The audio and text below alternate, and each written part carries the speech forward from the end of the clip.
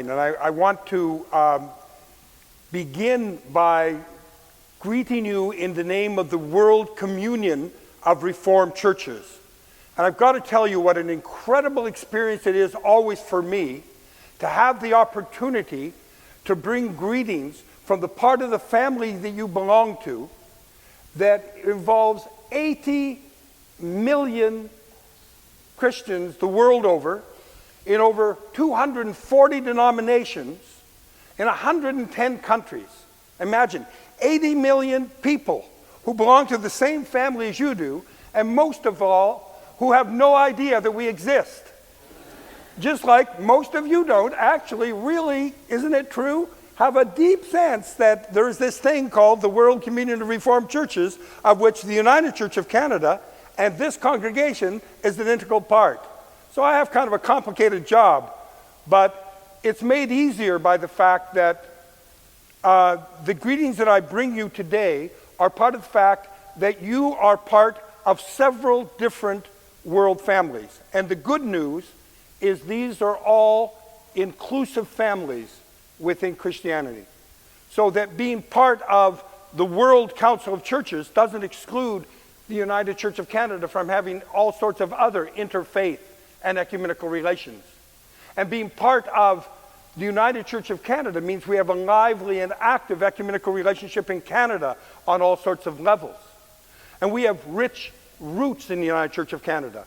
So we can belong to the family like mine, the World Communion of Reformed Churches, that has its roots in the Reformation in the 16th century, from the stream of the Reformation that didn't follow so much the way of Martin Luther, but more of the Presbyterian route with John Calvin and others.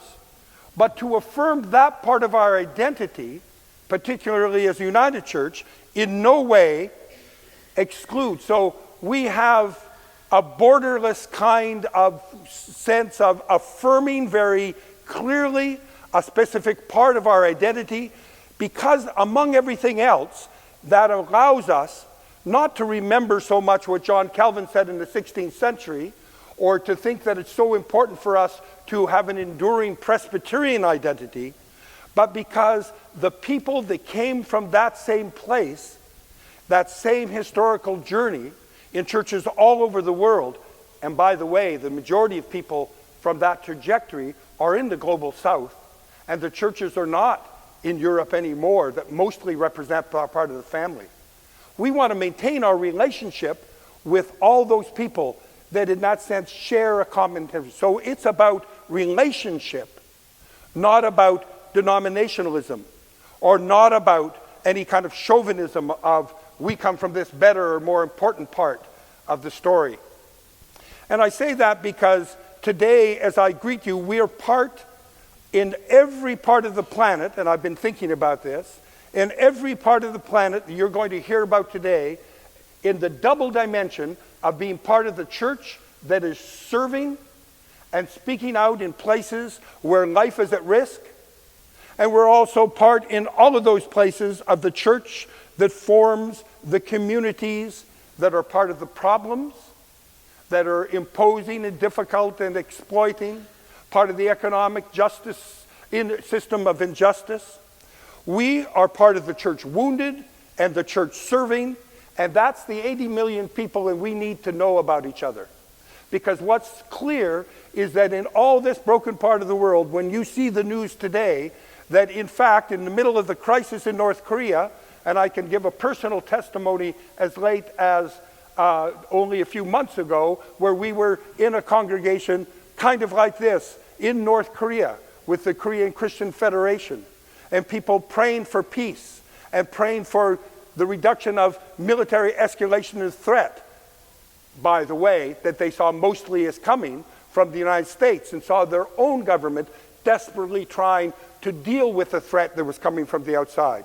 Change of perspective, same bottom line, dialogue, search for peace, de-escalating military solutions, taking money away from the machine that feeds exploitation and profit.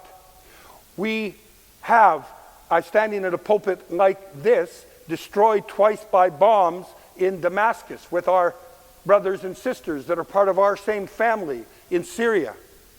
And the story extends to communities in Colombia and all throughout, struggling with churches in Asia, and particularly I think of churches in Pakistan that are struggling and making firm interfaith lines. We are, like it or not, indissoluble from our family connections. And so I bring you greetings, kind of a muted greetings, as we struggle to encounter each other and discover, with all the multiple belongings and relationships we have, what the particular power and potential of this particular family that I represent has. And one thing is, we have a long tradition of what is called, and you'll remember perhaps from hearing the stories of the time in Nazi Germany, of the confessing church. We have a communion that looks always towards the present tense and sees if our theological affirmation, coming from the Reformation tradition of putting God in first place, actually matters.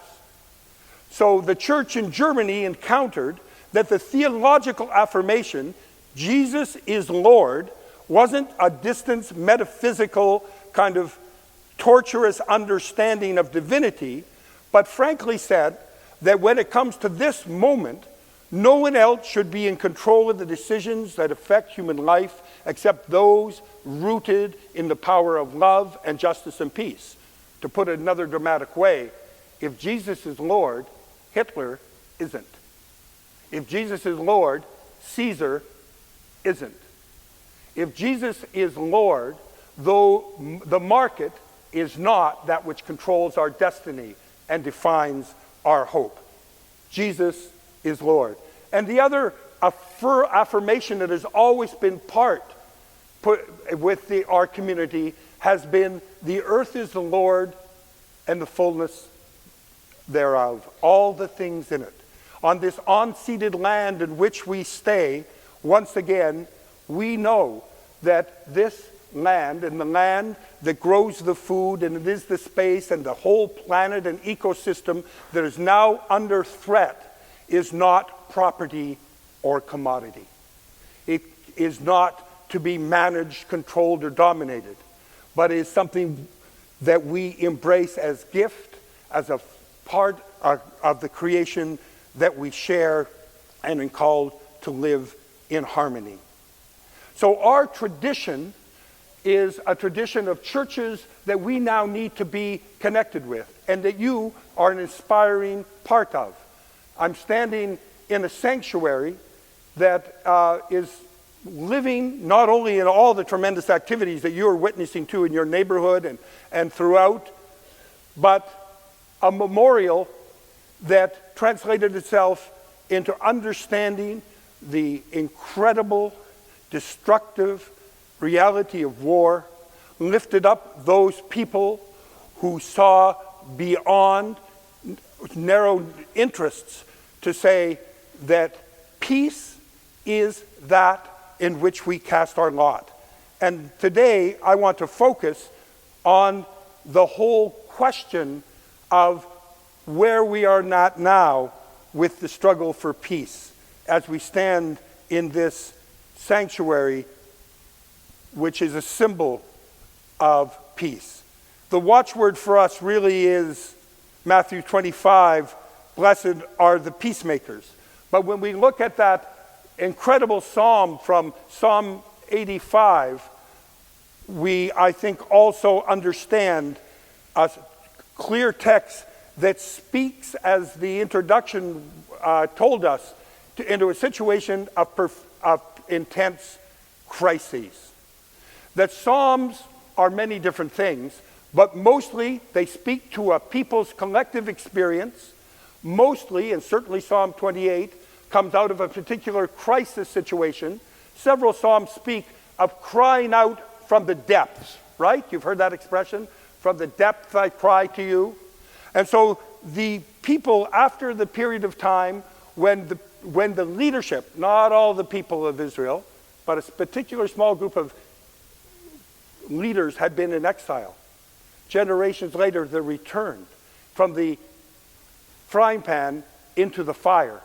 They turned into a situation of injustice, conflict, violence, that the domination of empires competing and pushing economic injustice, poverty in the land, exclusion, and conflict. And people turned again, seeking a sense of where is God in this story. And the usual idea is we remember, as people of faith, the stories of people that said God was with us, and we had justice and peace, and were richly blessed.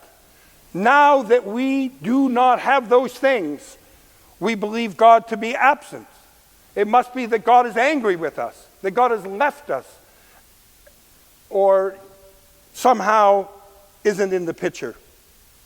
And the psalmist writes out of the depth, in the tough situation, that in response to all this, and here's the interesting thing, that puts it in the present tense, as we turn to God, we turn to God, God speaks peace. That when out of the depth we seek to encounter God, what we encounter is the deepest, most urgent pressing forward towards peace in the collective sense. That the crisis is revealed to us, no matter how we feel it, in our own personal life and so on. The crisis is revealed to us in a way that requires us to see the whole picture, to keep our eye on all the picture. And that we're told something that becomes impossible to see in usual terms. That as we turn to God, we are directed towards peace. And by the way, it gets more complicated in a few minutes, because peace is related to justice, and justice is indivisible from compassion and compassion and love is indivisible from truth, and it all comes together in the future, the past, and the present. It is inseparable from the individual, from the communal, from the local to the global. But the important thing is, there is something that is simply, and to coin a phrase, non-binary and non-exclusive, that there is no way of separating what it means to turn to God and to construct peace. To construct peace and to turn to God. We are told that they are so totally of a piece, that we have to understand our crisis as a crisis, to put it this way, of the whole. You know, that people are talking about our current situation, trying to figure out how many crises, in fact, we're having at the current moment. You could name lots of them, right? So there's an environmental crisis, there's an economic crisis, there's a financial crisis, and these two things are different. And as you go on and on and on about the crisis of war and violence, we are called to understand that we turn to God, and verse 9 of this psalm tells us what this is all about, is what God is preoccupied about, is our salvation.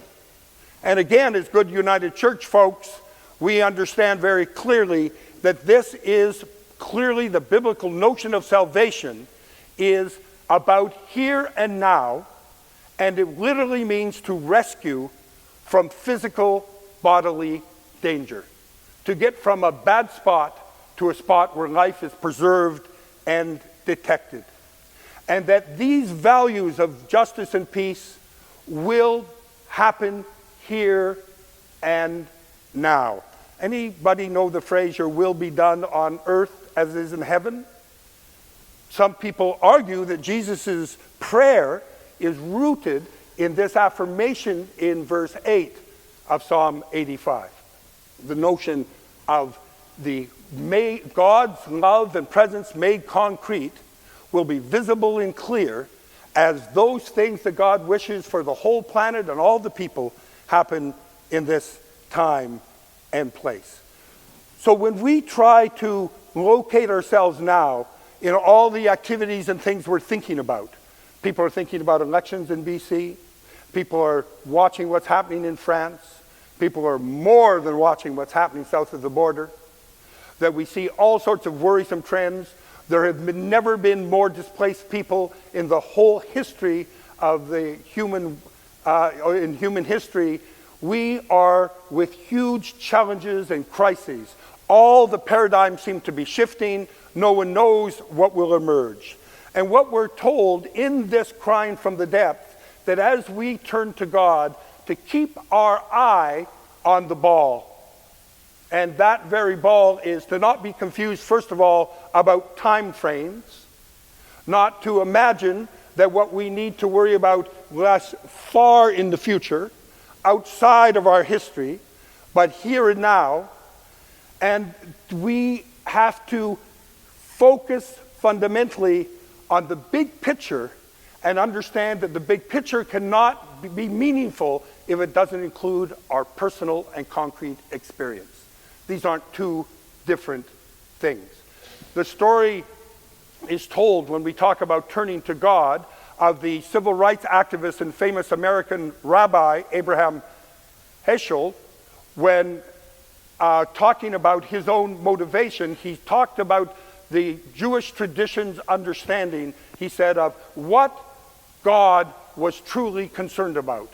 And he told the story metaphorically. He said, when God gets up in the morning, and before God has Rice Krispies or the croissant cafe au lait, God calls all the company of heaven together and says, where is it in my creation that is broken and needs repairing?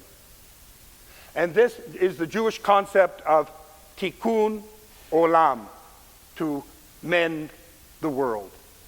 So keeping our eye on the wall is that our faith turns upside down always, because we constantly seek to turn to God, not in some abstract way, but in a concrete way. But that turning to God, then God speaks back to us peace. And the words that grip us is, where in the world is life threatened? That our faith discernment is to celebrate life by going to where it is most at risk and making sure that it flourishes. So we remember clearly that our faith, thinking 500 years ago about the Protestant Reformation, it was a time when everything was changing, and what the Reformation was about, what Protestantism was about, was keeping our eye on the ball, focusing fundamentally on the most important things about the world at risk, and saying to the church, getting rid of all the ways in which power and land had been accumulated, in which a small group of people had taken onto themselves the interpretation of religion and afflicted others with it. Freeing all that and getting that all out of the way so that the true focus on life and peace and justice and compassion would emerge. Getting rid of the non-essentials so that life would emerge. Now in our text it's a little complicated, but cool, that the translation is always very worrisome. But in the verse when it talks, the famous thing is about peace and justice kissing. Isn't that a cool image?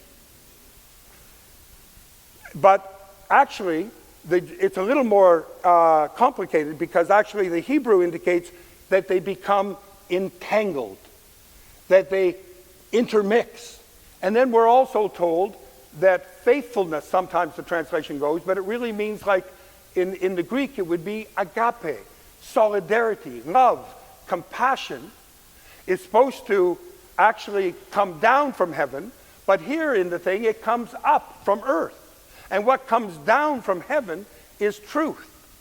And truth in the sense not of the opposite of fake news, but truth in the sense of actually living out what's actually happening in terms of living in harmony with creation. Living the truth is to have authentic relationships that are unmarred by interests and competition and injustice.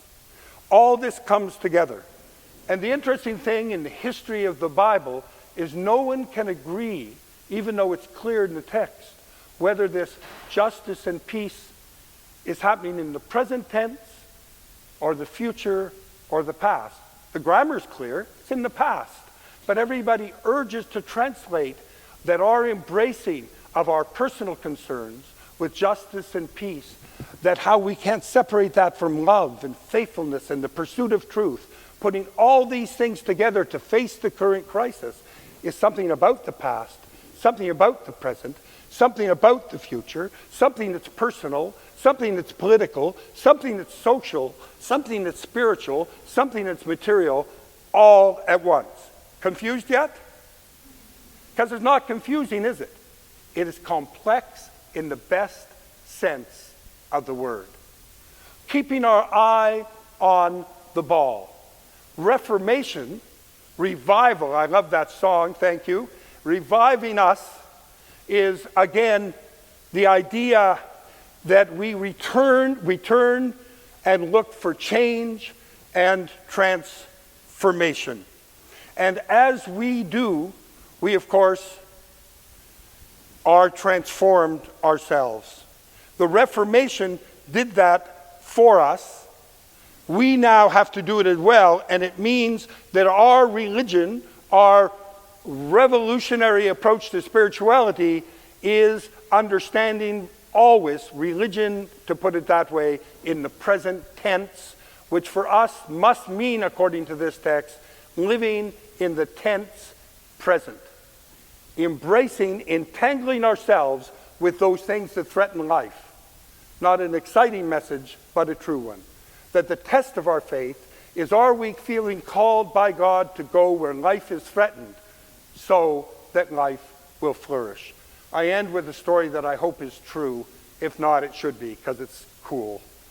They say when Michelangelo had finished his incredible statue of David. Has anybody seen the statue of David, at least in pictures and things? And isn't it true that it is unbelievably lifelike? When they revealed this, one of the patrons, people had paid for it, stared at this and said, "What technique did you use? What's the miracle? How did you bring life to this piece of stone?" They say that Michelangelo answered, no, there's no miracle. There's no special technique. I just took my chisel and knocked away everything that didn't look like David.